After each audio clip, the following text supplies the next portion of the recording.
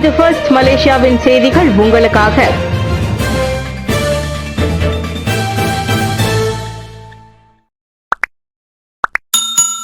அடிப்படை தேவை பொருட்கள் போதுமானதாக இருப்பதை உறுதி செய்ய அரசாங்கம் கண்காணிப்பு.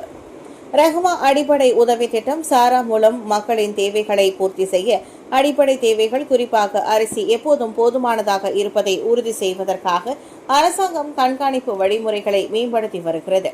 அதிகம் வாங்கப்பட்ட பொருட்களை அடையாளம் காணவும் சந்தையில் விநியோகத்தில் எந்த இடையூறும் இல்லை என்பதை உறுதி செய்யவும் அரசாங்கம் நிகழ்நேர தரவை பயன்படுத்தும் என்று தொடர்பு அமைச்சர் டத்தோ ஃபாமி ஃபாட்சில் கூறினார். அந்த தரவை நாங்கள் நிகழ்நேரத்தில் பெறுகிறோம். கொள்முதல்களின் எண்ணிக்கை ஒரு குறிப்பிட்ட வரம்பை தாண்டி இருந்தால் அதிகம் விற்பனையாகும் தயாரிப்பு வகைகளையும் விநியோகத்தையும் எவ்வாறு சமநிலைப்படுத்துவது என்பதையும் நாங்கள் அடையாளம் காணலாம். இதனால் எந்த இடத்திற்கு வந்தாலும் மக்கள் அந்த தயாரிப்புகளை மீட்டெடுக்க முடியும் என்றார் அவர். சபா தாவா மாகாணத்தின் மெதர்தியில் உள்ள பேரங்காடியில் நேற்று சாரா செயல்படுத்தப்படுவதை பார்வையிட்ட பின்னர் ஃபாமி ஃபாட்சல் செய்தியாளர்களிடம் இவ்வாறு கூறினார். PLKN 3.0 8000க்கும் மேற்பட்ட இளைஞர்களை பங்கேற்க வைக்கும் இலக்கு. அடுத்த ஆண்டுக்கான தேசிய சேவை பயிற்சி திட்டம் PLKN 3.0வில் 8000க்கும் மேற்பட்ட இளையோரை பங்கேற்க வைக்கும் இலக்கை தேசிய சேவை பயிற்சி துறை JLKN கொண்டுள்ளது. இந்த எண்ணிக்கை நெகிரி செம்பிலான் கெமா சரவா கோச்சிங்கில் உள்ள செமந்தான் மற்றும் சபா தவாவின் குகுசான் ஆகிய புதிய முகாம்களின் பங்கேற்பையும் உள்ளடக்கி இருப்பதாக JLKN தலைமை இயக்குநர் மேஜர் ஜெனரல் டத்தோ யாக்கூப் சமீரான் தெரிவித்தார்.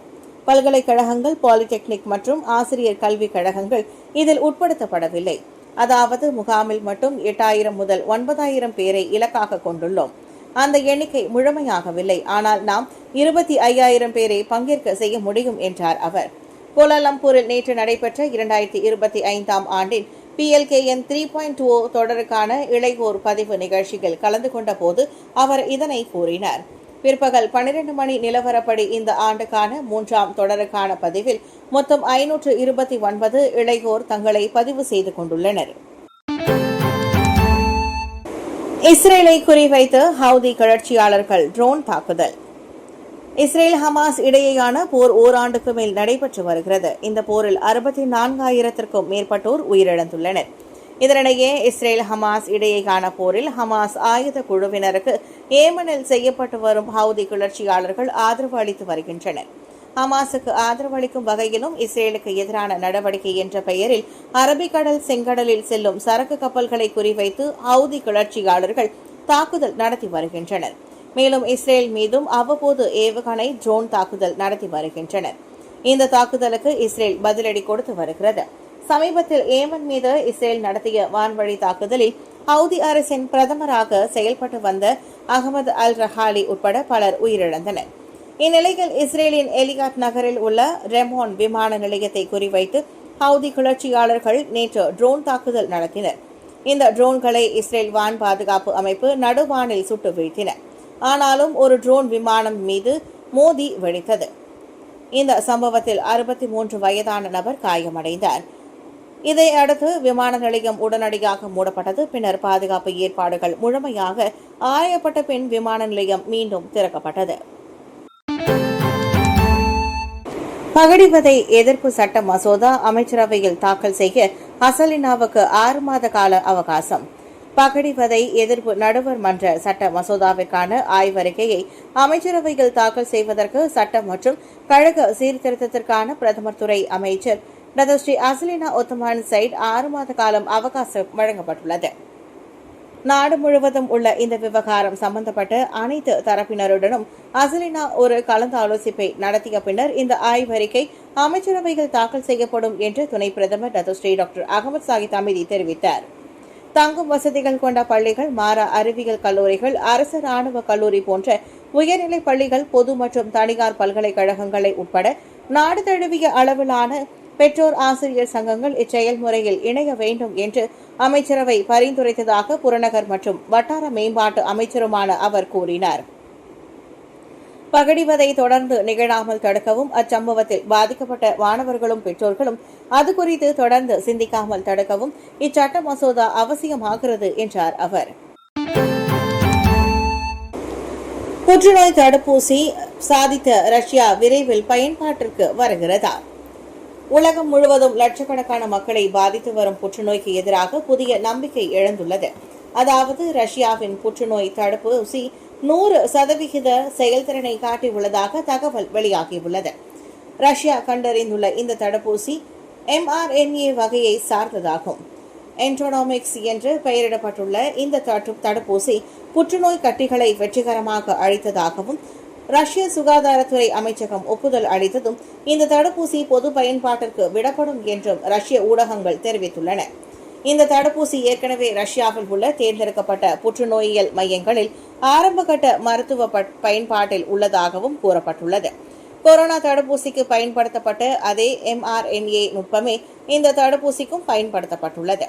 ஒவ்வொரு நோயாளிக்கும் ஏற்றவாறு வடிவமைக்கப்பட்ட அடுத்த தலைமுறை நோய் எதிர்ப்பு சிகிச்சையாக இது இருக்கும் எனவும், கீமோதெரபி அல்லது கதிர்வீச்சு சிகிச்சையைப் போல அல்லாமல் ஆரோக்கியமான திசுக்களை சேதப்படுத்தாமல் புற்றுநோய் செல்களை துல்லியமாக குறிவைத்து அழிக்கும் திறன் கொண்டதாகவும் விஞ்ஞானிகள் தெரிவித்துள்ளனர். சோதனைகளின் போது கடுமையான பக்க விளைவுகள் எதுவும் பதிவாகவில்லை என்றும் கூறப்பட்டுள்ளது. சாரா உதவித்தொகை செலவிடுவதில் பொறுமை காக்க வேண்டும். ரஹ்மா அடிப்படை உதவி திட்டம் சாராவின் கீழ் வழங்கப்படும் உதவித்தொகையை செலவிடுவதில் பொறுமை காக்க வேண்டும் என்று பினாங்கு பயணீட்டாளர் சங்கம் அறிவுறுத்தியுள்ளது. குறிப்பாக இந்திய சமுதாயத்தினர் அடுத்த மாதம் கொண்டாடப்படவிருக்கும் தீபாவளிக்கு தேவையான அத்தியாவசிய பொருட்களை வாங்க அத்தொகையை பயன்படுத்திக் கொள்ளலாம் என்றும் அச்சங்கம் ஆலோசனை வழங்கியுள்ளது. எதிர்வரும் அக்டோபர் 20 கொண்டாடப்படும் தீபாவளி பண்டிகையை முன்னிட்டு பொருட்களின் விலையில் மாற்றம் ஏற்படுவதற்கு அதிக வாய்ப்புகள் உள்ளன. சூழ்நிலையை கருத்தில் கொண்டு சாராவின் கீழ் வழங்கப்படும் உதவித்தொகையை அவசரப்பட்டு பயன்படுத்தாமல் தீபாவளி காலகட்டத்தில் பயன்படுத்தலாம் என்று பினாங்கு பயணீட்டாளர் சங்கத்தின் பினாங்கு பயணீட்டாளர் கல்வி மற்றும் ஆய்வு பிரிவு அதிகாரி NV சுப்பாராவ் தெரிவித்தார். அதே காலகட்டத்தில் 2026 ஆண்டிற்கான வரவு செலவு திட்டமும் தாக்கல் செய்யப்பட உள்ளது. 2 ஒரே காலகட்டமாக இருப்பதால் பொருட்களின் விலை அதிகரிக்க வாய்ப்பு உள்ளது. இந்த காலகட்டத்தில் பயன்படுத்தாமல் அதற்கு பின்வரும் அல்லது முன்னதாகவும் பயன்படுத்திக் கொள்ளலாம்.